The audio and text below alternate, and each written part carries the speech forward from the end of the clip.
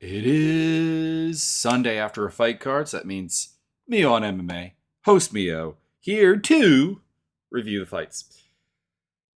What to say about UFC 280? It didn't deliver, I guess, in a nutshell, and the co-main event is largely to blame for that. We'll talk more in detail about that, but in short, that fight should never have happened. The main event was quite good. Jan O'Malley was fine. Daruish Gamrot was really, really entertaining. Manon Fiorot and Caitlin Chukagian wasn't what I hoped it would be. And the undercard was just kind of meh. Although, still some great moments. A rare finish from Bilal Muhammad. And let's talk about it. Let's get into this. So, Charles Oliveira, Usman Makhachev, lightweight title at stake, currently vacant.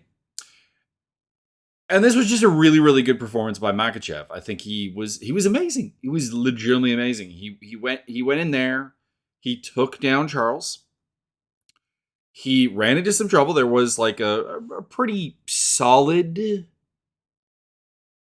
triangle attempt and a pretty good up kick from Charles Oliveira.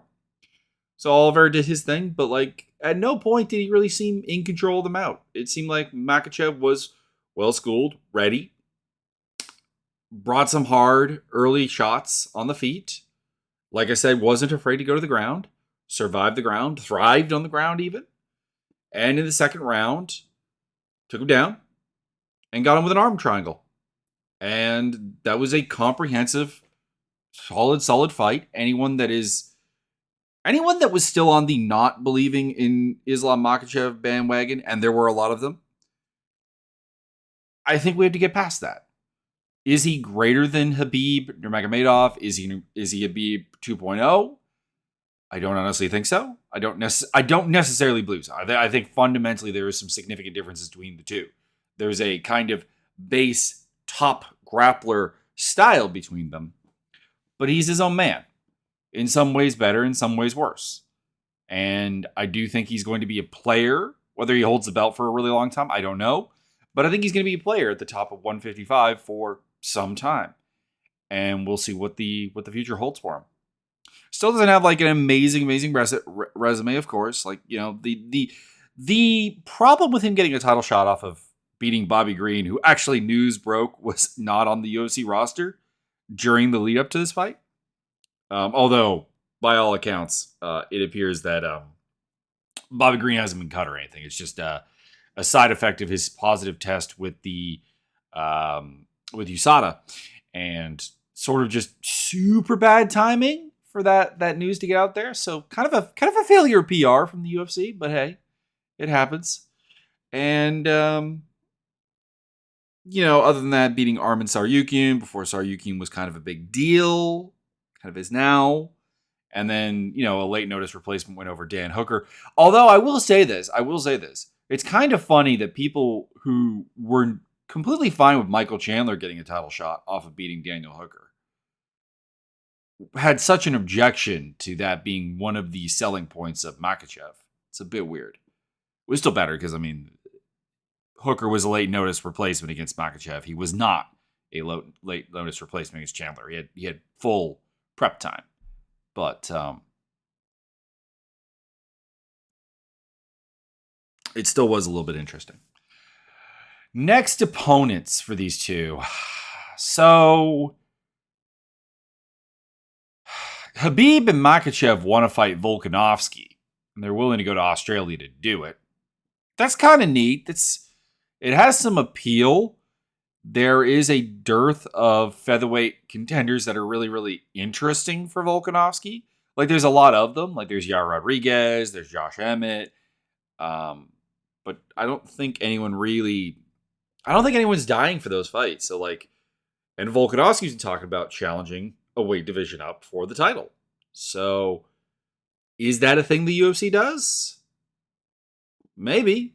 I don't really know what to do otherwise. I mean, Beneil Dariush did get a win on this fight against Mateusz Gamrot, and this may be the fact that I really want to see Dariush versus Chucky Olives. That I'm not terribly behind the idea of having him challenge for the belt against Islam. I also just don't. I don't honestly know that he really poses a particularly great threat. I mean, Makhachev just went through Charles Oliveira, who, while not the same as Beneil Dariush, like Dariush is legitimately better in some ways, but like from a matchup standpoint, it feels like Charles is a way worse fight for Makhachev than Dariush is. So that's not super amazing. Could you do something like Gaethje or Dustin Poirier, depending on what they got currently booked for them? Let me have a look at what they're booked for, because I honestly didn't really think of like giving them a title shot, because neither of them are on a particularly amazing run right now. So in the case of Poirier, he's fighting Michael Chandler. Okay, so the winner of Michael Chandler, Dustin Poirier, that could happen. That's on November 12th. Gaethje is currently not booked. I guess the question is, does Gaethje actually need a win to get a title shot? Although, to be honest, I've been calling for Gaethje versus Rafael Fiziev for a long time. So can we make that happen? Just saying. Just saying. That would be phenomenal. That would be spectacular. I would love that to be a thing. So that's what I would do. Maybe, so either you go with the Chandler Poirier winner versus Islam Makhachev, or you go with Dariush versus Makhachev, or you go with Volkanovski versus Makhachev. And for Charles, like I said, I want to see him fight Beneil Dariush predominantly. If you wanted to go with him versus Mateus Gamrot, I wouldn't hate it. If you wanted to go with him against the winner of Damir Ismagulov versus Arman Tsarukyan, perhaps, I guess that's another option on the table. So, like, there's a lot of options here for what to do, because the lightweight division is kind of lacking in proper hierarchy right now. Ironically, having like your best fighters fighting each other means that there's kind of like this gulf of like who's after them, really, and that leads to like just a lot of interesting paths to go. Like, it's not a bad thing. And then Aljamain Sterling, TJ Dillashaw. The fight is pretty simple. Sterling gets a takedown, and something is wrong with Dillashaw's arm. Originally, there was some speculation that it might be a rib, the way he was kind of favoring himself, but no, it definitely was the shoulder. It had popped out of place. He gets mauled. End of the first round comes. His corner pops the shoulder back in. The referee just kind of stands there and lets it happen. And then the doctor A-OKs the fight continuing. And there isn't much to say after that. He gets taken down again. Sterling goes for a Darce choke. TJ survives the Darce choke, but ends up popping the shoulder out again, and then gets his back taken. He gets flattened out, and he gets pounded out. And in the post-fight, we learned that TJ Dillashaw says he blew out his shoulder back in April, dislocated about 20 times in the lead up to this fight. And all I have to say is, and we know the referee knew, because he said that he told Mark Goddard, if the shoulder pops out, we can pop it back in. It's no big deal. On every level, this fight is a failure. It's a failure by TJ because you went out there in a fight that you could not possibly win. Like, I understand MMA fighters are fueled by self-belief, bordering on delusion, if not fully delusional, most of the time. That comes with the game, that comes with the character. But you literally went out there with one arm to fight the guy holding the belt that suggests that he is the best bantamweight in the world, whether you believe Aljamain Sterling is or not. Personally, I don't. It's kind of a weird one in the sense that I would probably still pick Jan to beat him again. But despite what we're going to talk about with Peter Yan later, but he's the guy with the belt. He's one of the top 5 at the absolute minimum in the world, and you went out there to fight with one arm, and the UFC let you. And there's some talk about like, okay, well, what could the UFC have done? He didn't say anything. There is a long history, pretty much since day one in MMA of fighters fighting with injuries, nagging little injuries to big injuries. to massive, massive injuries. And at one point, the UFC had actually really solid, long-term physicals. Not long-term. They had comprehensive physicals. That's what I'm looking for. Comprehensive physicals that discovered problems that fighters didn't even know they had. Thiago Alves had something up in his brain. I don't remember exactly what it was now, but there was an example of that. It's also how Stefan Struve's heart problems were detected. And at some point, they stopped doing that.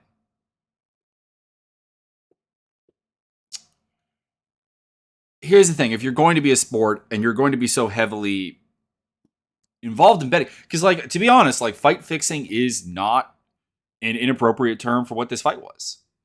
Because they went out there and had a fight that should not have ever happened and had a very much a predetermined outcome. Not that TJ wasn't going to try to fight. Not that TJ was going to take a dive. But TJ was never going to win this fight. Like that shoulder popped out twice. That shoulder popped out immediately when he got taken down, when he got bundled to the ground. There was no way it was staying in place for 25 minutes. And there was no way he was going to be able to throw that arm with confidence as a striking tool. So everyone involved in this. Why? I mean, I know from TJ's standpoint, he's 36 years old. This is probably his last chance at a title shot. No fight, no pay. And that's just like, and that's also like, that's a problem of like the system that they've created where, you know, he's not going to fight if he doesn't fight, he doesn't get paid. And that's going to lead to a lot of hidden injuries. And at the end, Dana White in the press conference literally just said, how are we supposed to detect anything if you don't tell us? Here's the thing. If you're fully healthy, this probably doesn't apply. But like when I go for a physical with the doctor, and keep in mind, I have a white collar job. I sit in a chair. The most strenuous thing I do is get up in the morning and go to the bus stop to use the public transit. Maybe if I go into the big city and I ride on the subway, there's a little bit of like, you know, if the subway is packed, you're standing.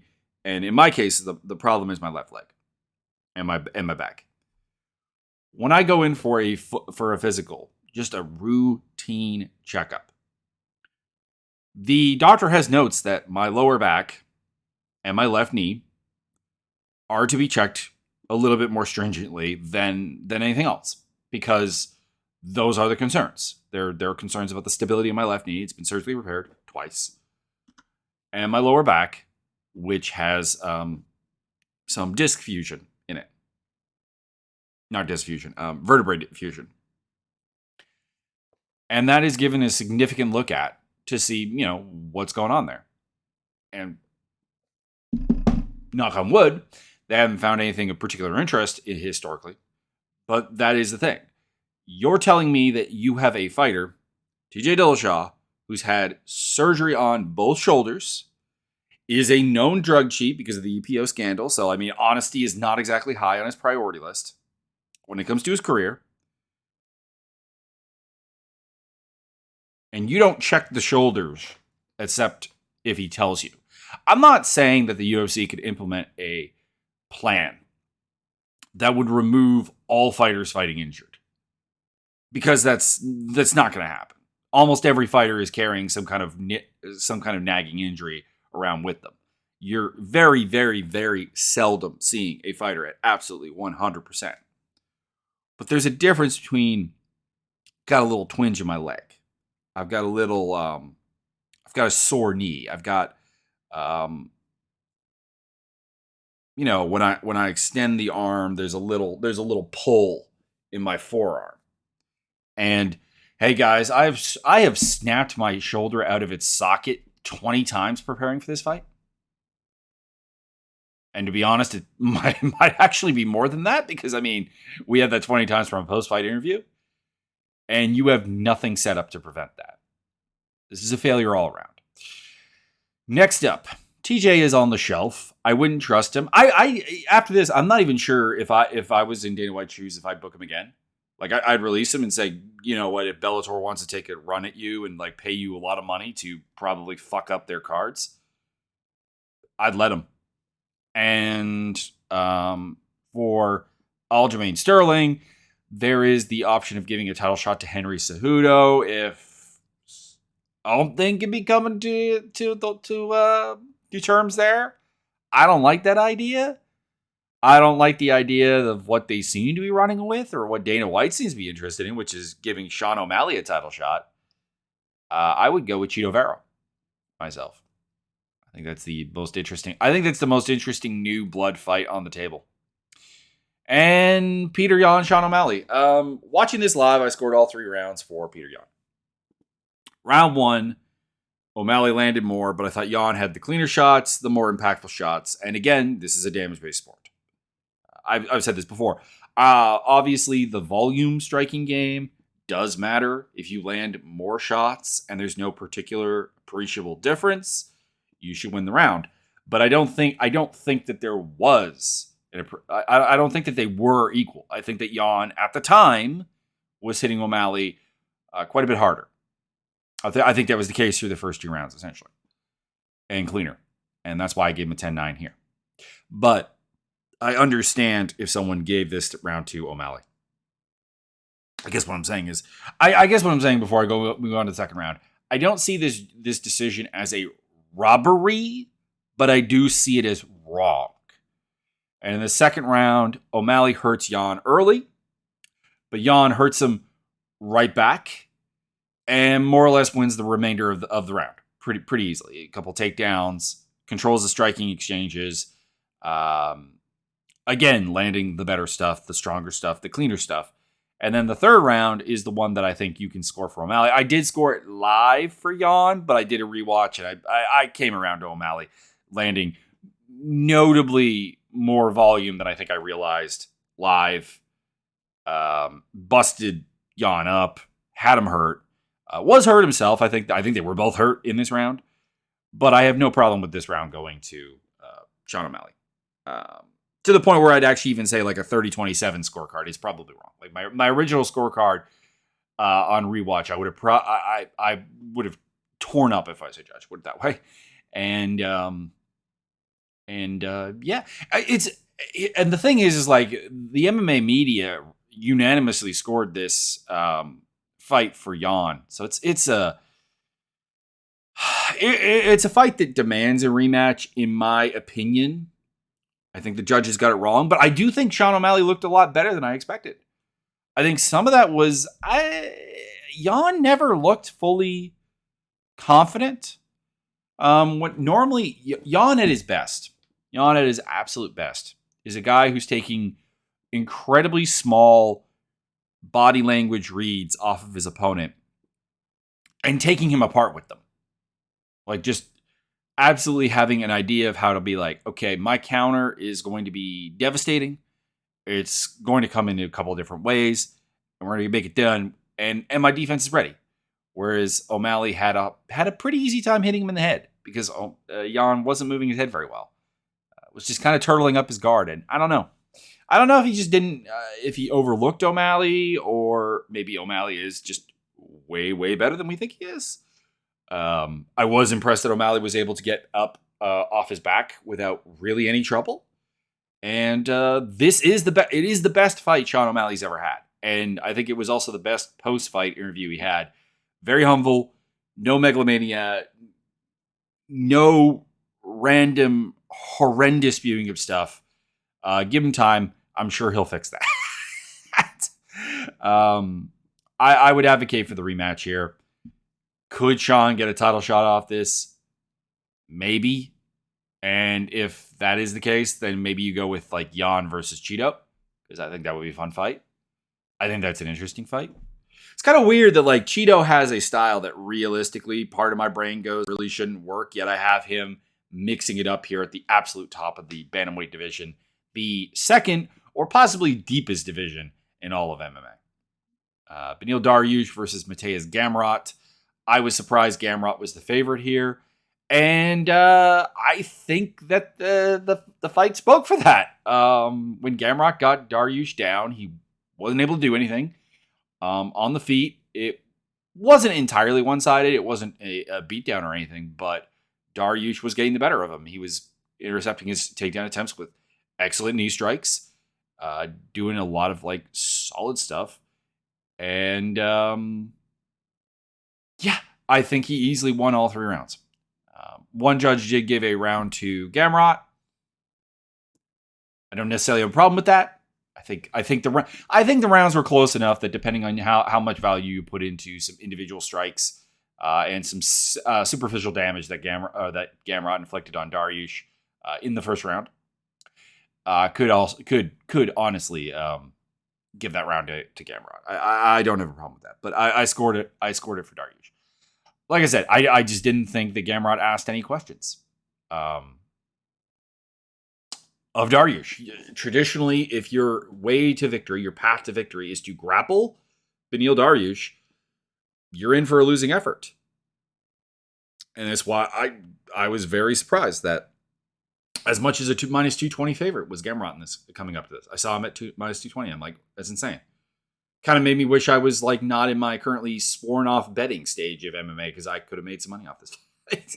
But of course, finances are a little bit tight right now. Some circumstances in my life have changed. As a result, no betting. And also, let's be honest here, MMA is such an unpredictable sport that you get something like TJ Dillashaw showing up with one arm and that being a betting fiasco. Next fight. After the fight. We got to talk about after the fight. Beneil Daruish is a Iranian who holds to the Christian faith.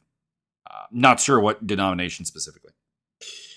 And he did in the Middle East, he basically did the Savior through Jesus thing. I have to say this bluntly. A lot of people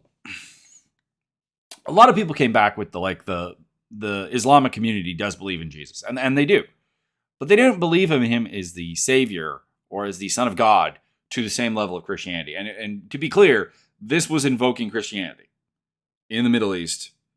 The crowd didn't react particularly much to it, so whatever. But if I was the UFC or if I was Beneil Daruish's team, I would have some serious security around him. Until he's out of the Middle East. I'm just saying. I do know a couple of like Christians from the Middle East, and it's rough times. It is rough times. Next opponents, like I said, I really want to see Beneil Daruish versus Charles Oliveira. For Gamrot, I would really love to see him fight Gregor Gillespie, but I have no idea what's going on with Gregor Gillespie. Like, that's the problem. Is he still on UFC contract? Is the UFC still interested in being in the Gregor Gillespie business? Or has he just been iced? I don't know. Failing that, if Damir Ismagulov beats Arman Tsarukyan, that would be a really good fight. But I don't know what to do after that because if Tsarukyan beats Ismagulov, like we're not doing that. I guess you could go with Ismagulov either way. Like if he loses to Tsarukyan, I guess you could still do Gamrot versus Ismagulov. So I'll go with that one. Caitlin Chookagian, Manon Fiorot. I thought Chookagian won the first round. Fiorot won the second and the third. This was not a particularly interesting fight. It was not the fight. It was a fight that I definitely saw it possibly be, but not the fight I wanted. I wanted Fiorot to go out there and make some kind of statement with this fight, honestly. And that obviously did not happen. This was a cardio kickboxing match, leaf blower fight to use the vivisection crews terminology. It was not good. It was a win. I guess it moves Fiorot closer to a title shot, but it creates absolutely no interest in actually having her fight for the title.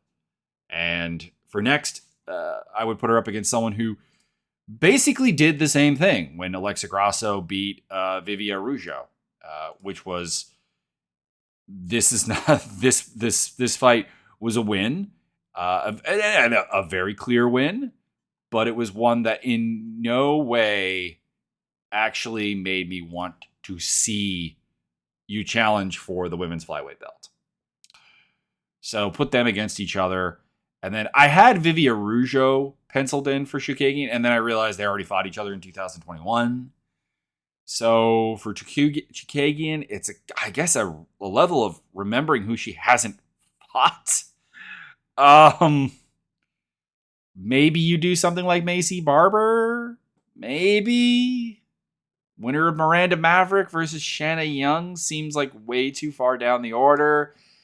I don't think you want to ruin Casey O'Neill in a fight with her. I don't think that there's any logic behind her having her fight KGB Lee. I don't know. I don't want to hate on Chookagian too much because I think that this is almost a John Fitch type scenario where someone I'm really not interested in watching fight keeps winning, keeps staying at the top of the division. But I'm not angry about it. Like I think she fights to her winning parameters. I think that she fights as well as she can. I just think that unfortunately she lacks the physicality to be super interesting.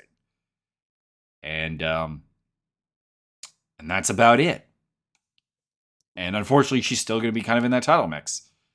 Even though I don't think anyone wants to see her get a title shot. And I don't think we want to see her killing off potential prospects for the title shot. Because, I don't know. I had legitimate hopes that Fiora would just kind of, storm here. Would, look really good, and it didn't happen. One of the fights I was probably the most wrong about, I think, easily, was Bilal Muhammad versus Sean Brady. Not that I did not see this coming. I did not see Bilal Muhammad hurting Brady and getting a standing stoppage. Obviously, that's not something that I think anyone really saw coming. But yeah, Brady just didn't fight very well. Now, is that some kind of nagging injury coming into play? Is that him just being not comfortable? But he was forced onto the back foot, and Bilal was way more creative, doing way more damage, getting way cleaner shots in.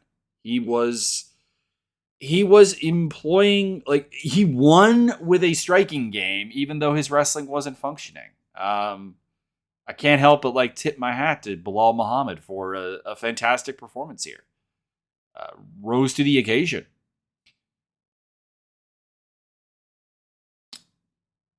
And for next, I don't know. The problem is essentially the Masvidal and Covington problem, which is welterweight has become the poster child for calling for a title shot off of absolutely nothing, and having people who have earned title shots, Leon Edwards. I mean, at this point, even you could possibly put Bilal Muhammad in there, are just kind of rendered to completely low-profile fights for what they've been achieving. And you also have Khamzat Chimaev in there and whatever, and you got a rematch with Usman to deal with. So I don't know. If it was up to me, I would do Bilal versus Colby Covington. I think that would be an absolute shit show of trash talk. But I think that that's an interesting fight. That's an interesting fight for both guys, because the question with both of them kind of is that, okay, what happens if you fight someone who can just keep up with you? Because they probably can. And a win over either of them probably actually does bring the winner would actually be legitimately in place for a title shot, because Bilal Muhammad at this point is top 5 in the division. Still seems weird to say that, but he is. And Covington probably still is. So there you go. And for Brady, I've got the loser of Jeff Neal versus Shavkat Rakhmonov, which I think is going to be Jeff Neal. Spoiler. But, hey, I think either of those are good fights.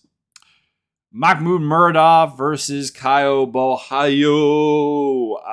So the first round I gave to Borralho. The second round I gave to Muradov. The third round I gave to Borralho. Essentially, Borralho was able to enforce grappling on Muradov a lot. Was able to do surprisingly well on the feet, hitting Muradov with some pretty hard stuff throughout the fight, actually. And Muradov was busy being dirty as crap with fingers in the eyes, or near the eyes, I should say. There was some fence grabbing, some toes in the cage. And the referee here was, I thought, good at the start because he was like firm. But like the fact that he never took a point away after like 9 to 12 warnings is a bit of a problem. There was also like kind of the weirdness at the end of the first round where like Murdoch was trying to get a foul called on Bohio for fish hooking. He claimed that he got him in the mouth when he went for a big ground and pound drop the hammer. And that seems a bit weird when you're being warned for all that stuff. Like, I don't know. It's a weird conundrum of when like somebody's looking for fouls while actively, clearly committing fouls. Like, and to be clear, like I didn't see the fish hook. They didn't give us much of a replay on the matter. Maybe it happened. Maybe it didn't happen. But it was kind of like an incidental foul where like hands up to kind of defend self. Whereas like you're just actively sticking your fingers near somebody's eyes and grabbing cages and lacing your toes into the cage. Like there's a significant difference in the intentionality of these fouls, is all I'm saying. And I don't have much else to say. I guess I'm a little bit more comfortable like picking Bohio moving forward. And with Murdoch, like just give the guy strikers. For next fights, Bohio versus Fluffy Hernandez, Anthony Hernandez, has some appeal. I tend to think Hernandez would win that fight pretty easily. But it's appropriate with what they've been achieving. Bohio is, like it or not, on a 3-fight winning streak. And for Murdoch, you could do him versus Armen Petrosyan, who fought earlier the night. Because as much as it's lazy to pick fights literally off the same card, that's a dope fight. It's a dope fight of two dudes who are probably just going to have a kickboxing/boxing match. And it's going to be fun. It's going to be fun. And it's two guys I don't really trust to like win fights with grappling involved. Volkan Oezdemir, Nikita Krylov. Oezdemir came out with a really, really good first round. Came out throwing some bombs. Hurt him. Yeah, Krylov got him on the back, got him on his back, had a rear naked choke attempt, but Volkan finished up top of the round. I gave it to Volkan, but that would be the last round I gave to Volkan because in the second round, Krylov comes out, head kick early, getting Volkan down, doing some top control. Not doing a tremendous amount, but like being able to have way more success wrestling than I expected against Volkan Oezdemir. And also, it was just kind of a neat one where like Volkan's getting up against the cage, back to Krylov, and Krylov tries to hit him with the high kick. It failed, but points for creativity. I thought Krylov won that second round pretty easily. And then the third round is, again, a lot of wrestling. Krylov pressuring, putting him down the fence. Doing a great job. Like, for a guy who's not known for a 15-minute game plan, Krylov went out there despite looking exhausted at the end of the first round, and he delivered. He absolutely delivered. And yeah, no, it is honestly is a fantastic one. This was my this along with the Brady performance was my most wrong fight of the night. I lost 4 fights total, but like Islam I saw being a potential winner. Obviously, and I just disagree with the Sean O'Malley Peter Yan decision, but this was one of the 2 fights that I think I got a horrendously wrong read on, and I don't know if it's like I need to readjust my thoughts on Oezdemir and put him way lower in my like power rankings, or if like Krylov is just more than just simply a meme fighter. Maybe I don't know.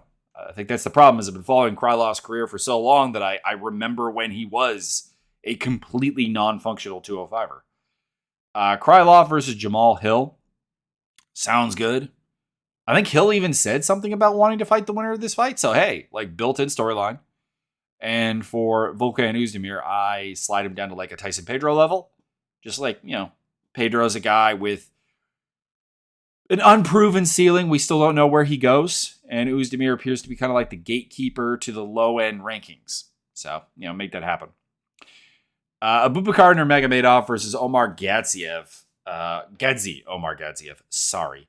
I was spelling Omar Gadziev's name wrong on Twitter the whole night. I apologize for that. I like the first round of this fight, actually. Omar Gatsiev did a nice job of countering a Nurmagomedov takedown attempt with a guillotine, stood him up into some knees. That was really cool. He took him, and then he took Nurmagomedov down, got a guillotine choke, did end up on bottom. I'm a little bit surprised that one judge gave this to Nurmagomedov and that like a lot of people were giving it to Nurmagomedov. I thought like Omar Gatsiev did win this first round. Now, to be clear, the second and the third round I scored very comfortably for Nurmagomedov, so he won the fight overall. But this was one of those cases where like I don't think a clean sweep was on offer, even though the fight was pretty clear cut. Second and third round was like just Nurmagomedov kind of just having his way with Omar Gatsiev. He was putting him on his back. I thought Omar Gatsiev's striking looked better than I expected it to, because I do remember his. I do remember just not thinking he was very good when I was scouting him for the Caio Borralho fight, and he impressed me there, and I just kind of like took that as like Borralho being pretty bad at striking. Maybe there's something to it, but like the thing is that his striking is always bringing him into grappling range constantly, and in this fight it was just Nurmagomedov, take him down, get some back, get some scrambles going, look for some rear naked chokes. Sure, Omar Gatsiev looking for some heel hooks a couple times. It had a really nice up kick in the second round. Managed to bait an illegal knee out of Nurmagomedov, which I do actually think Nurmagomedov should have lost a point for. Just because Nurmagomedov was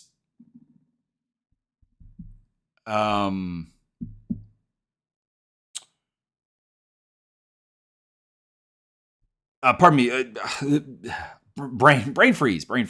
Karol Rosa lost a point for like the same foul. Now Rosa's was like more blatant and more powerful. Just the positioning led to like way more force behind the knee, way more potential damage. But Nurmagomedov very clearly did need a downed opponent here, and probably should have had a point taken away. So this probably should have actually been a draw, which is something I'm going to talk about later with the Rosa fight. And in the third round, he also kind of got away with stomping on Omar Gatsiev's head. So I don't feel good about scoring this fight for Nurmagomedov. He also got into a shoving match with Chimaev afterwards, because the Khabib camp and the Chimaev fight camp have bad blood. And I mean, he got the win. Solid performance aside from the fouls.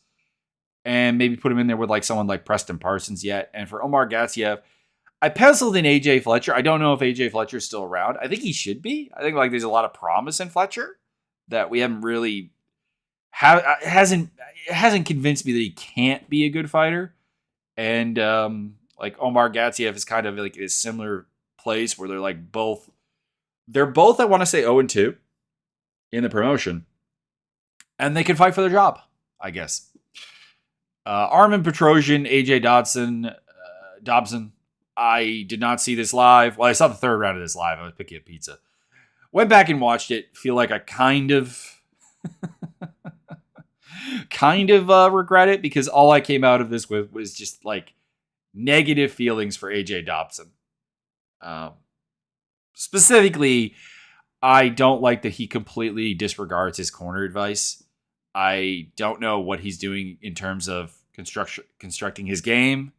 Honestly, he threw way too little volume for anyone to be happy with that performance. Didn't press a wrestling game against Petrosyan, a guy who has been pretty easy to take down in the past. And even when Petrosyan appeared to hurt his leg, there was no urgency from Dodson's game. And it's not that his corner wasn't asking for it. Like, I want to be clear here. Mark Coleman's corner advice is bad, because he talks about things like from his day, like, you know, take down to steal the round, and it doesn't work really in this damage-oriented scoring criteria.